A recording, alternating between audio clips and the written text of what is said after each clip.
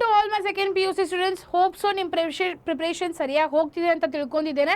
So ಇವತ್ತು ನಿಮಗೆ ನಾನು 25 ಕ್ವಶನ್ಸನ್ನು ಕೊಡ್ತೇನೆ. ಈ 25 ಕ್ವಶನ್ಸನ್ನು ನಿಮಗೆ ಆರಾಮಾಗಿ 30 ಮಾರ್ಕ್ಸು 100% ಬಿದ್ದೇ ಬೀಳುತ್ತೆ.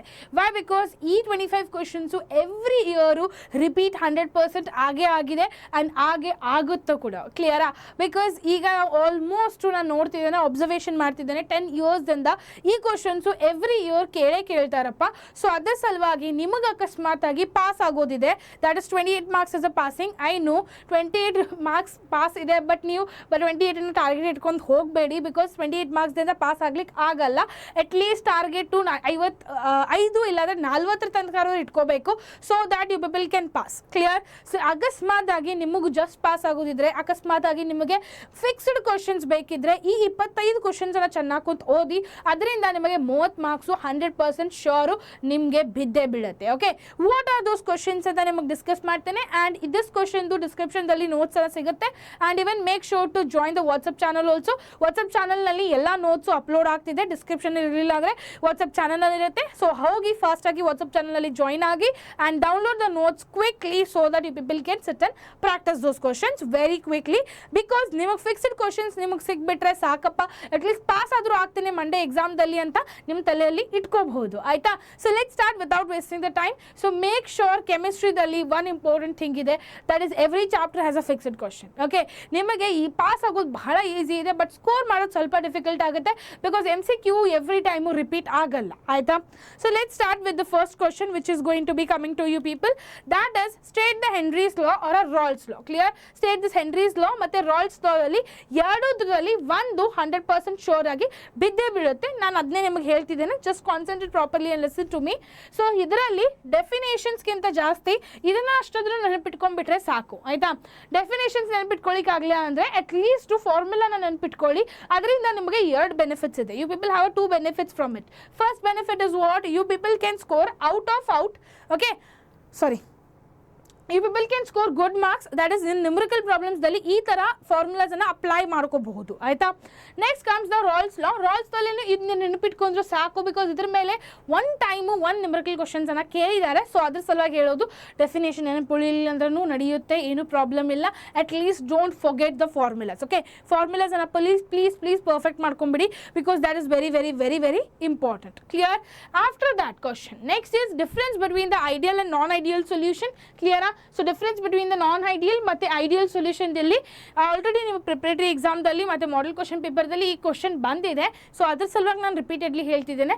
This will also come into your 25 questions. Okay, ಅಕಸ್ಮಾತ್ ಐಡಿಯಲ್ ಮತ್ತು ನಾನ್ ಐಡಿಯಲ್ ಬಗ್ಗೆ ಕೇಳಿಲ್ಲ ಅಂದರೆ ಆ non ideal solution positive deviation ಮತ್ತು ನೆಗೆಟಿವ್ ಡಿವಿಯೇಷನ್ ಕ್ವಶನನ್ನು ಕೇಳ್ತಾರೆ.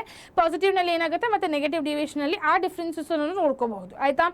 Next question that is going to be Nernst equation. So Nernst equation ಮೇಲೆ ಶಾರ್ಟ್ ಆಗಿ 1 ನ್ಯೂಮರಿಕಲ್ ಪ್ರಾಬ್ಲಮ್ಸ್ ಬೀಳ್ತಾರಪ್ಪ. 1 numerical problem is short from this concept. So ಅದರ ಸಲುವಾಗಿ make sure you people will not miss it.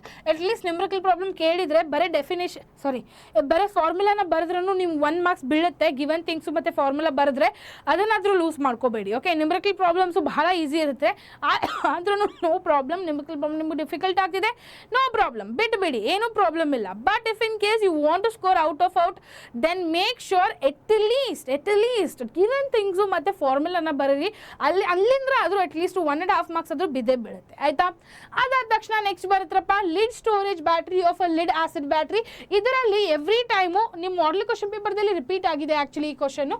So ಇದನ್ನು ಸ್ವಲ್ಪ ನೋಡ್ಕೊಳ್ಳಿ ಚೆನ್ನಾಗಿ, so that it will help you people to score good marks. Clear?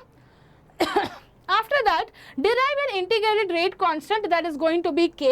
Integrated rate constant K for a zero order reaction. ಅದೇ ಹೇಳೋದು ನಾನು.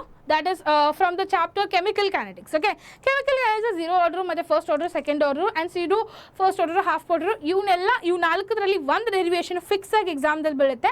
So please make sure ಯಾವುದಾದ್ರೂ ಒಂದು derivation ಓದಿ. ಬಿಕಾಸ್ ಅಕಸ್ಮಾತ್ ಆಗಿ ಡೆರಿವೇಷನ್ ಕೇಳಿಲ್ಲ ಅಂದ್ರೂ ಅದರ ರಿಲೇಟೆಡ್ ಯಾವುದಾದ್ರೂ ಒಂದು ಕ್ವಶನ್ ಕೇಳ್ತಾರಪ್ಪ, ಅದಕ್ಕೆ ಅದನ್ನು ಮಿಸ್ ಮಾಡಬೇಡಿ. ಆಯಿತಾ? So this derivations and is very very very very important. Make sure you people will study it without fail. Clear everyone? Done. Next that is half period ಇದನ್ನು ಆ್ಯಡ್ ಮಾಡಿದೆ ನಿಮಗೆ because ನಾನು ಹೇಳ ಒಂದು ವಿಷಯ ಕೆಮಿಕಲ್ ಕೈನೆಟಿಕ್ಸ್ದಲ್ಲಿ ಡೆರಿವೇಟಿವ್ಸ್ದಲ್ಲಿ ನೀವು ಈಸಿಯಾಗಿ ಸ್ಕೋರ್ ಮಾಡ್ಕೋಬಹುದು. ಎಲ್ಲ ಸೇಮ್ ಇದೆ ಡೆರಿವೇಟಿವ್ಸ್ದು, ಏನೂ ಚೇಂಜಸ್ ಇಲ್ಲ. ಡಿಫ್ರೆನ್ಷಿಯೇಟ್ ಮಾಡ್ತಾರೆ, ಇಂಟಿಗ್ರೇಟ್ ಮಾಡ್ತಾರೆ, ಲಾಸ್ಟಿಗೆ R0 ವ್ಯಾಲ್ಯೂ ಹಾಕ್ತಾರೆ, ಆಮೇಲೆ K ವ್ಯಾಲ್ಯೂ ಬರುತ್ತೆ. So it is everything is same in all the cases. Just the thing is ಏನು T ಹಾಫ್ ವ್ಯಾಲ್ಯೂ ಹಾಕಬೇಕು, T ವ್ಯಾಲ್ಯೂ ಏನಾಗಬೇಕು, R ವ್ಯಾಲ್ಯೂ ಏನಾಗಬೇಕು ಅನ್ನೋದು ನಿಮಗೆ ಒಂದು ಐಡಿಯಾ ಇರಬೇಕು. ಸೊ ಅದ್ರ ಸಲುವಾಗಿ ಅದನ್ನ ಸ್ವಲ್ಪ ಪ್ರಾಕ್ಟೀಸ್ ಮಾಡಿಬಿಟ್ರೆ ಒಂದು ತಾಸದಲ್ಲಿ ಕೆಮಿಕಲ್ ಕೈನೆಟಿಕ್ಸ್ ಡೆರಿವೇಟಿವ್ಸನ್ನು ಪರ್ಫೆಕ್ಟ್ ಮಾಡ್ಕೋಬಹುದು. ಪ್ಲೀಸ್ ಈಗ ಅಕಸ್ಮಾತ್ ಆದರೆ ಇವತ್ತೇ ಮಾಡ್ಕೊಂಬಿಡಿ ಅದನ್ನು, ಆಯಿತಾ? ಸೊ ನಾನು ನಿಮಗೆ ಆಲ್ರೆಡಿ 2 days ಪ್ಲ್ಯಾನ್ ಹೇಳಿದ್ದೇನೆ ಕೆಮಿಸ್ಟ್ರಿದು, ಅದನ್ನು ಹೋಗಿ ಚೆಕ್ ಮಾಡ್ಕೋಬೋದು. ಅದರಲ್ಲಿ ನಾನು ನಿಮಗೆ ಮೆನ್ಷನ್ ಮಾಡಿದ್ದೇನೆ ಯಾವ ಥರ ರಿವಿಷನ್ ಮಾಡಬೇಕು ಅನ್ನೋದು, ಹೋಗಿ ಅದನ್ನು ಚೆಕ್ ಮಾಡಿ ರಿವಿಷನ್ ಮಾಡಿ, ಆಯಿತಾ? Next comes the integrated rate constant of first order reaction. Okay, integrated rate law of first order reaction with the gas ಫೇಸ್ದಲ್ಲಿ. ಓಕೆ, ವಿತ್ ದ ಗ್ಯಾಸ್ ಫೇಸ್ದಲ್ಲಿ ನೀವು ಕೇಳ್ಬೋದು. ಕ್ಲಿಯರಾ? Then derive the half-life period for the first order reaction. Then afterwards give the 2 reasons that is going to be coming from the D and F block elements. D and F block elements ನ direct ಕ್ವಶನ್ಸನ್ನು ಕೇಳ್ತಾರೆ. That is application based ಜಾಸ್ತಿ ಹೇಳೋದು ನಾನು. ಯಾಕಂದರೆ application based ಯಾಕಂದರೆ students ಏನು ಮಾಡ್ತಾರೆ ಗೊತ್ತಾ, ಲೆಸನ್ಸಿನ ಕುಂತು ಓದ್ತೀರಾ ನೀವು. ಓಕೆ, ಎಲ್ಲ ಲೆಸನ್ಸಿನ ಚೆನ್ನಾಗಿ ಕುಂತು ಓದ್ತೀರಾ, ಬಟ್ ಪ್ರಾಬ್ಲಮ್ ಏನು ಗೊತ್ತಾ, ಯಾವ ಥರ ಕ್ವಶನ್ಸ್ ಕೇಳ್ತಾರೆ ಅನ್ನೋದು ನೋಡ್ಕೊಳ್ಳಲ್ಲ ನೀವು. ಅದರಿಂದ ಡಿ ಆ್ಯಂಡ್ ಎಫ್ ಬ್ಲಾಕ್ ಎಲಿಮೆಂಟ್ಸಿಂದ ನಿಮಗೆ ಸ್ಕೋರ್ ಮಾಡೋದು ಕಡಿಮೆ ಆಗ್ತಿದೆ. So make sure you people will even check it that what type of questions will be created from that chapter. Okay, because ಇದು ಫುಲ್ ಎಕ್ಸೆಪ್ಷನಲ್ ಚಾಪ್ಟರ್. ಓಕೆ, ಬರೀ exceptionals ಇದೆ, ಅದಕ್ಕೆ ನಿಮಗೆ ಕನ್ಫ್ಯೂಷನ್ಸ್ ಜಾಸ್ತಿ. ಬಟ್ ಬಹಳ ಥಿಯರಿ ಇರೋದು ಆ ಚಾಪ್ಟರ್ದಲ್ಲಿನೇ. ಡೈರೆಕ್ಟ್ ಥಿಯರಿ ಕ್ವಶನ್ಸ್ ಕೇಳೋದು ಡಿ ಆ್ಯಂಡ್ ಎಫ್ ದಿನೇ.